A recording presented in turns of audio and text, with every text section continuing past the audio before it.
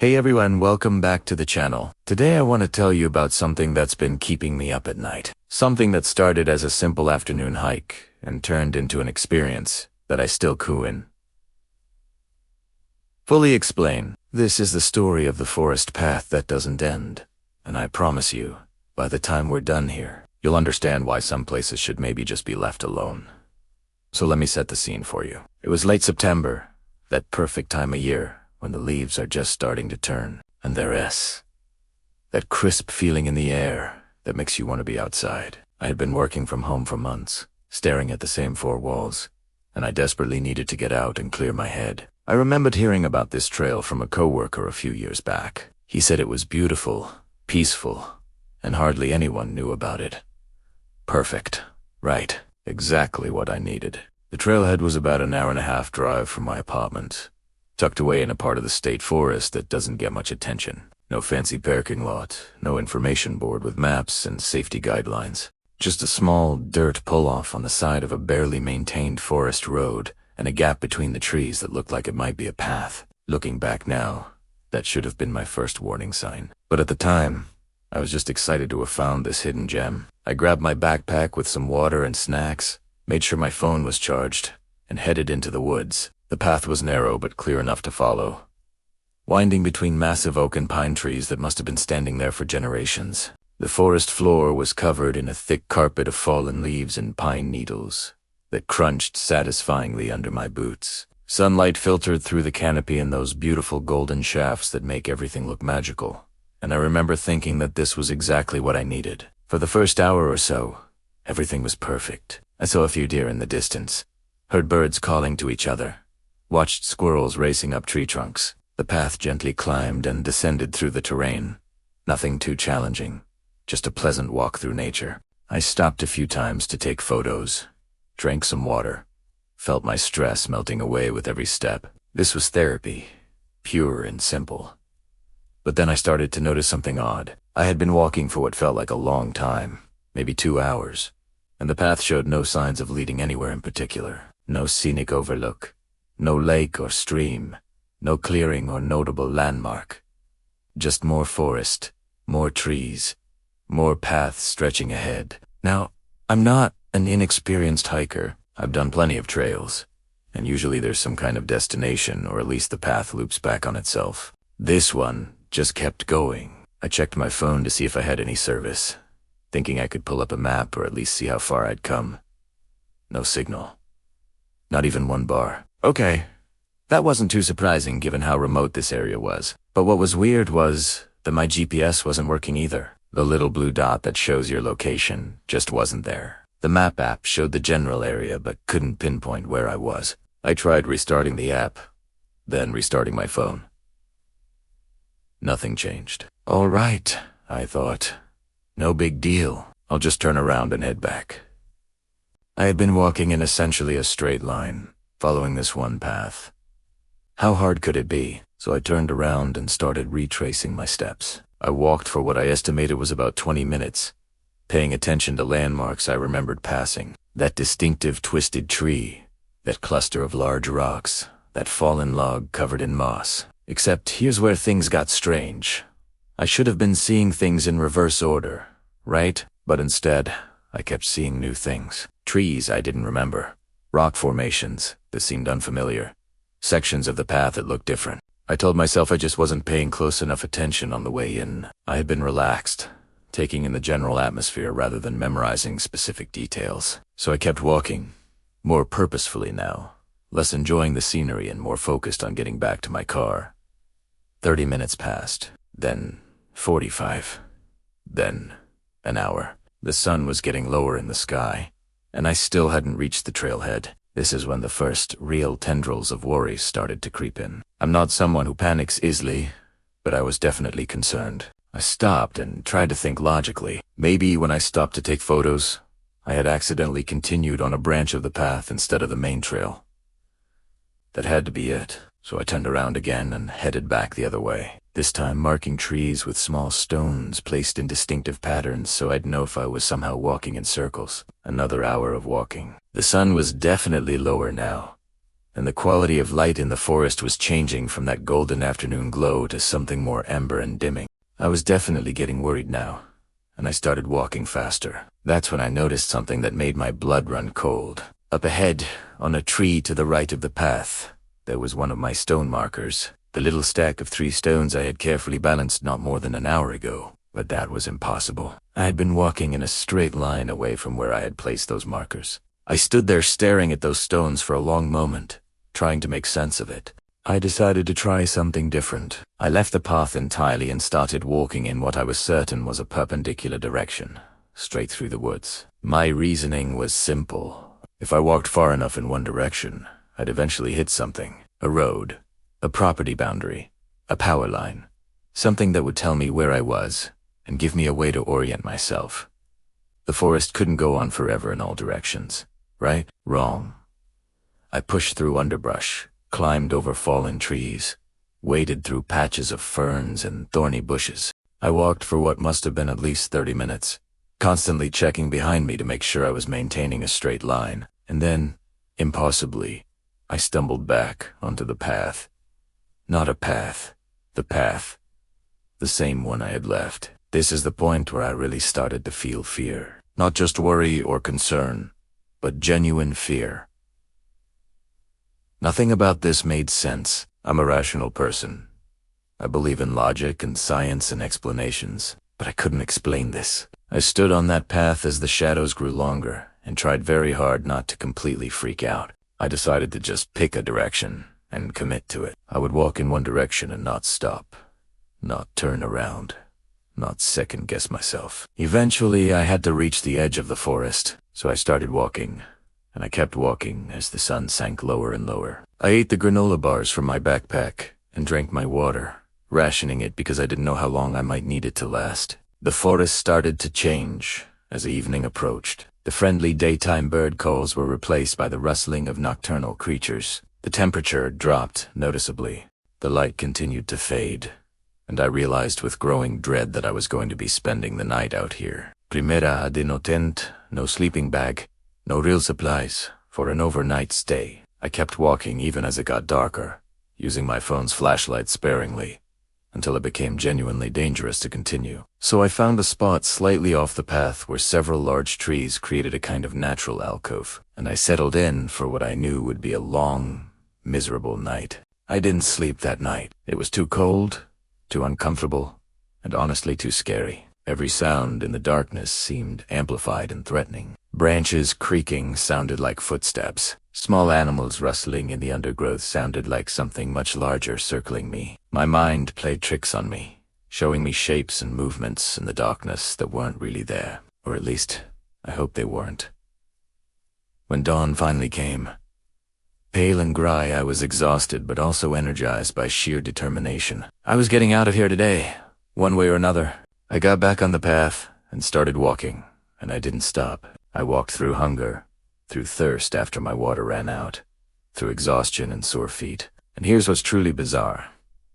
I walked all day. When the sun was overhead, indicating it was around noon, I had been walking for roughly 6 hours since dawn, at a normal hiking pace. Even accounting for fatigue, I should have covered at least 15 miles. There's no forest in this state that's 15 miles across in any direction, without hitting some kind of boundary. And yet the path continued, unchanging, through forest that looked exactly the same as it had the day before. By the afternoon of the second day, I was in bad shape, dehydrated, hungry, exhausted, and starting to feel a bit delirious. I sat down on the path and seriously considered just giving up. But something in me refused to quit. I thought about my family, my friends, my life waiting for me outside this forest. I wasn't going to let some impossible path defeat me. That's when I noticed something I hadn't seen before. Off to the side of the path, partially hidden behind a large oak tree, there was a small cairn, a deliberately stacked pile of stones, maybe 3 feet high. And on the largest stone, someone had scratched tally marks, like someone counting. I counted them. 47. 47 what? Days. People. Attempts to escape. I didn't know, and that made it somehow more frightening. Someone else had been here. maybe many someone else's, and they had been here long enough to make 47 marks. I looked around more carefully and spotted another cairn further ahead, and then another beyond that. They were spaced out irregularly along the path. I started checking each one I passed, and they all had marks. Different numbers, ranging from just a few marks to over 100 on one particularly large cairn. What did this mean? Were these markers left by other lost hikers? Warnings. I couldn't decide which possibility scared me more. If they were from other lost hikers, where were those people now? Had they eventually found their way out? I kept walking, because what else could I do? The sun was starting to lower again, and I absolutely did not want to spend another night out here. And then, just as the sun was touching the horizon, I saw something different. Not more forest, not another cairn, but a structure. At first I thought I was hallucinating, but as I got closer, it remained solid and real. It was an old shelter, the kind you sometimes find on long-distance hiking trails. Just a basic three-sided wooden structure with a roof. I approached it cautiously. Inside, there was a wooden bench and the remains of many small campfires. Onto walls, carved and written and scratched in dozens of different hands, "Worry Messiah." I stood there reading them as the last light faded, and what I read chilled me to my core. The dates spanned decades. The earliest I could find was from 1987. The most recent was from just 2 months before my own arrival. People had been getting lost on this path for at least 40 years. Some of the messages were simple. Yon Wasera, 1993. Help us. We've been walking for days, but others were longer, more disturbing. The path doesn't end. I've been walking for weeks. Food is gone. And then, most chilling of all, scratched deep into the wood in letters that looked almost angry. It doesn't want us to leave. I spent that second night in the shelter. I used some of the old firewood that was stacked in the corner and managed to get a small fire going using a lighter someone had left behind. The warmth and light were incredible comforts. As I sat there watching the flames, I tried to make sense of everything. Some kind of spatial anomaly? Or maybe the whole forest was riddled with similar-looking paths, and I just kept choosing the wrong ones. But that didn't explain the cans, the shelter, the messages from people spanning decades, all describing the same experience. On the third morning, I made a decision. I wasn't going to keep wandering aimlessly on the path. I gathered supplies from the shelter. An old but functional compass, a rusted but usable knife, some emergency blankets, and then I left the path again. But this time I walked in the direction the compass indicated was north, and I didn't stop. I kept forcing myself forward, pushing through thick underbrush, scrambling over fallen trees. My body screamed with exhaustion. Every muscle fiber ached. But I had to keep going. I walked until my legs felt like lead, until they trembled with every step, and then I walked some more. It felt like hours, an eternity spent in that endless green maze. But then, a sound broke the suffocating silence. Faint, distant, but unmistakable. The hum of a car engine. The relief was so overwhelming I nearly collapsed right there. I crashed through the last of the forest, branches whipping at my face, driven by that single, beautiful sound. And then, impossibly, I burst through the tree line onto a narrow strip of asphalt. A road. I had made it. I just stood there, swaying, dizzy, with a mix of relief and sheer exhaustion. A car appeared a few minutes later, its headlights cutting through the dusk. The driver, a kind-faced woman, saw my state and immediately pulled over. Her concern was a balm to my frayed nerves. She took me to the nearest town, a tiny place I'd never heard of. She helped me call the authorities, got me water, and bought me a sandwich that tasted like the best meal of my life. I gave them a simple story.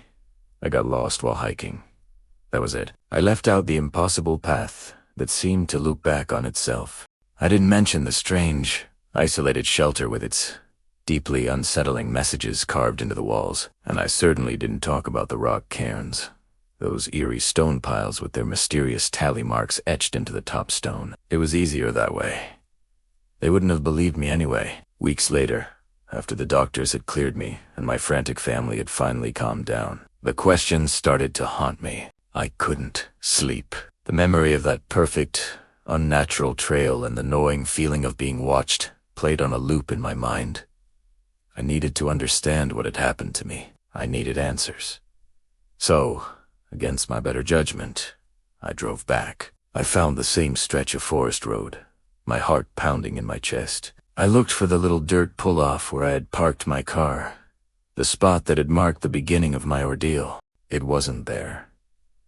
I drove up and down that road 3, 4, 5 times.